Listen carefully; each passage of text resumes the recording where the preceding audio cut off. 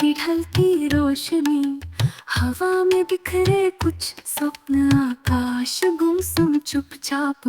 करुणामय हृदय की धारा बहे जैसे अनसुनी वाणी, कोई समझे कोई न जाने, चुपके चुपके बहे कहानी।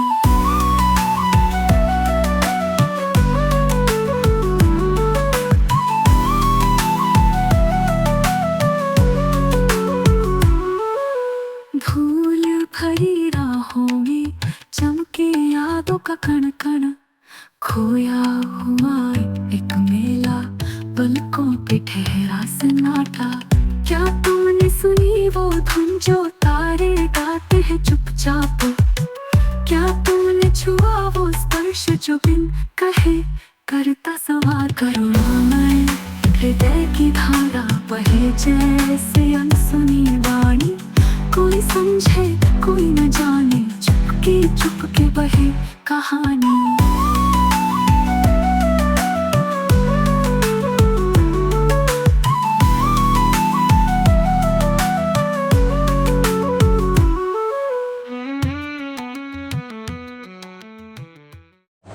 प्रिय प्यारे परिवार, प्रिय प्यारे भाइयों बहनों, बच्चों व युवाओं, मैं लीली पीयूष मार्की हूँ।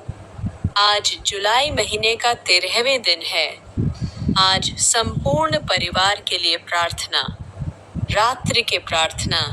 कोई गीत नहीं होगा, कोई आराधना नहीं, कोई चंगा नहीं, कोई अधिकार नहीं जो मन में बोले रहे।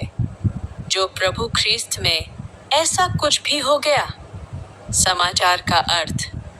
नई दिल्ली, राजनयिक सूत्रों ने मंगलवार को बताया कि प्रधानमंत्री नरेंद्र मोदी इस महीने के अंत तक ब्रिटेन की यात्रा पर जा सकते हैं, जिसके दौरान दोनों पक्ष ऐतिहासिक भारत ब्रिटेन मुक्त व्यापार समझौते पर औपचारिक रूप से हस्ताक्षर कर सकते हैं और रक्षा एवं सुरक्षा क्षेत्र में द्विपक्षीय संबंधों को विस्तार देने के तरीकों पर विचार कर सकते हैं।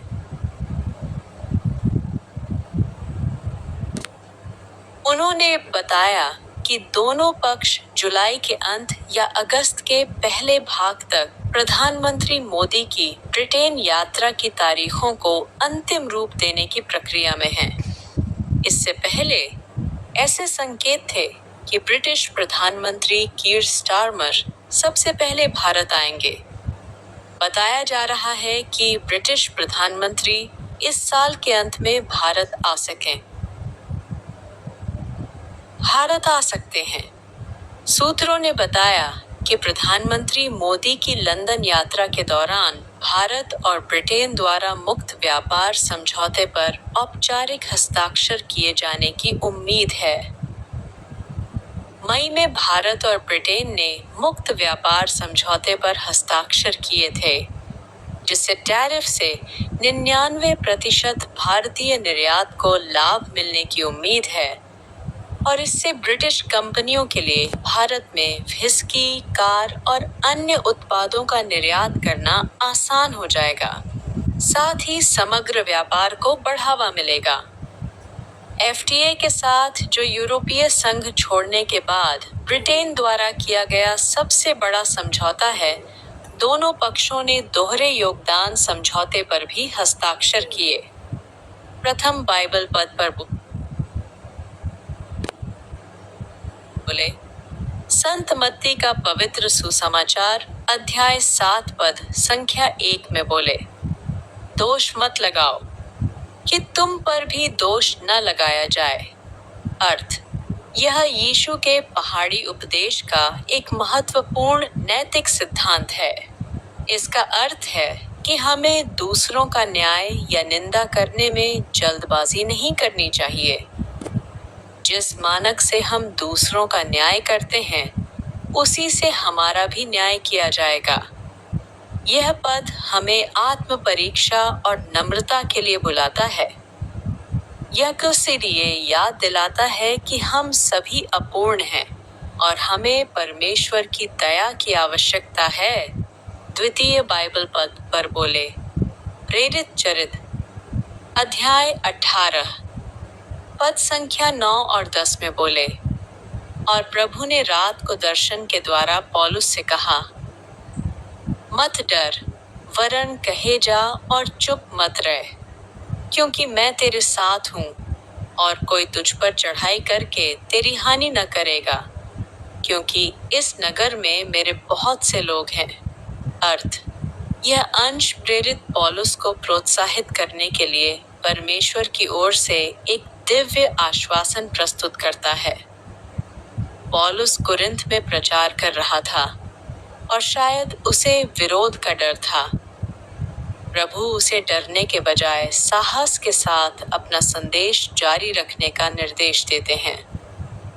परमेश्वर उसे आश्वासन देते हैं कि वे उसके साथ हैं, उसे कोई नुकसान नहीं पहुंचाएगा, और कुरिन्थ में उसके लिए बहुत से लोग हैं जो सुसमाचार को स्वीकार करेंगे।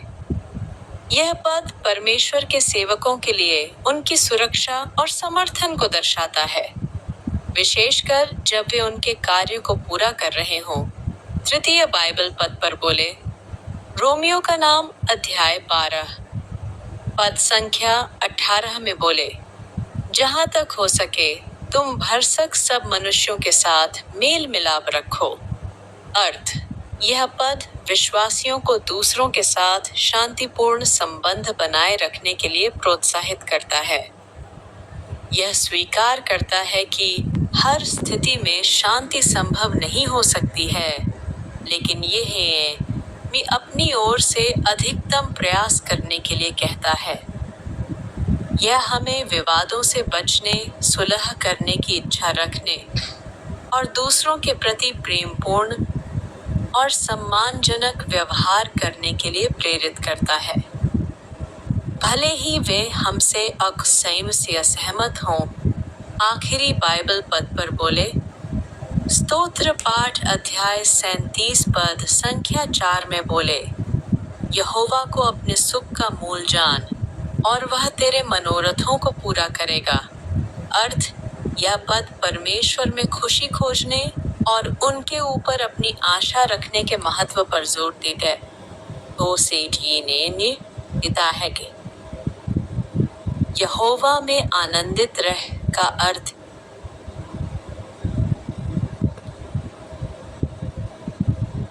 है कि हमारा आनंद बाहरी परिस्थितियों पर निर्भर नहीं होना चाहिए, बल्कि परमेश्वर की उपस्थिति और उनकी भलाई से आना चाहिए। जब हमारा आनंद परमेश्वर में होता है और हम उनके प्रति समर्पित होते हैं, तो वह हमारे हृदय की सबसे गहरी और पवित्र इच्छाओं को पूरा करते हैं, जो अक्सर उनके अपने उद्देश्यों के साथ संरेखित होती हैं। आइए प्रार्थना करें। हे माता मरियम, हे संत थॉमस के प्रेरित, हे संत अन्ना और संत जोआकिम, हे संत पिता लियो 14वें, हे महाधर्माध्यक्ष विंसेंट आइंद, हे यीशु की पवित्र हृदय। आज जुलाई है। यह वर्ष 2025 का 7वां महीना है। प्रभु में आनंद लें। इसका अर्थ है स्वयं ईश्वर में आनंद, प्रसन्नता और संतुष्टि पाना। अंतिम आशीर्वाद की प्रार्थना। मृत लोगों के लिए प्रार्थना। हे सर्वशक्तिमान और दयालु परमेश्वर, हम आज आपके सामने उन सभी प्रियजनों को याद करते हुए आते हैं जो इस जीवन से गुजर गए हैं और अब आपकी शाश्वत उपस्थिति में हैं। हम विशेष रूप से उन लोगों के लिए प्रार्थना करते हैं जिन्हें हम जानते थे और प्यार करते थे, जिनके जीवन ने हमें छुआ और जिनकी यादें हमारे दिलों में रहती हैं। हम मानते हैं कि आपने अपने पुत्र हमारे प्रभु यीशु मसीह के माध्यम से मृत्यु पर विजय प्राप्त की है, और जिन्होंने उस पर विश्वास किया है उनके लिए आपने अनंत जीवन का वादा किया है। हम भरोसा करते हैं कि आपके प्रेम और दया असीम है। हम विनम्रता पूर्वक आपसे प्रार्थना करते हैं कि आप उन सभी मृतक विश्वासियों को अपनी करुणा में स्वीकार करें, उन्हें उनके पापों को क्षमा करें और उन्हें अपने स्वर्गिक राज्य में अनंत शांति और आनंद दें। उन्हें आपके चेहरे के प्रकाश में रहने दें और उन सभी के साथ मिलकर आपकी स्तुति करें जो आपसे पहले गए हैं। प्रभु, उन लोगों को भी सांत्वना दें जो अपने प्रियजनों के खोने का शोक मना रहे हैं। उन्हें आपकी शांति और आशा से भर दें, यह जानकर कि मृत्यु अंतिम नहीं है और आपके पुनरुत्थान के माध्यम से हम सभी को एक दिन फिर से मिलेंगे। हमें अनुग्रह दें कि हम ऐसा जीवन जिएं जो आपको प्रसन्न करे, ताकि जब हमारा समय आए तो हम भी आपके साथ अनंत जीवन में प्रवेश कर सकें। हम यह प्रार्थना अपने प्रभु यीशु मसीह के नाम से करते हैं, जो जीवित हैं और राज्य करते हैं आपके और पवित्र आत्मा के साथ। ऐसे एक परमेश्वर युगानुयुग। आमीन। मेरे YouTube चैनल को न भूलें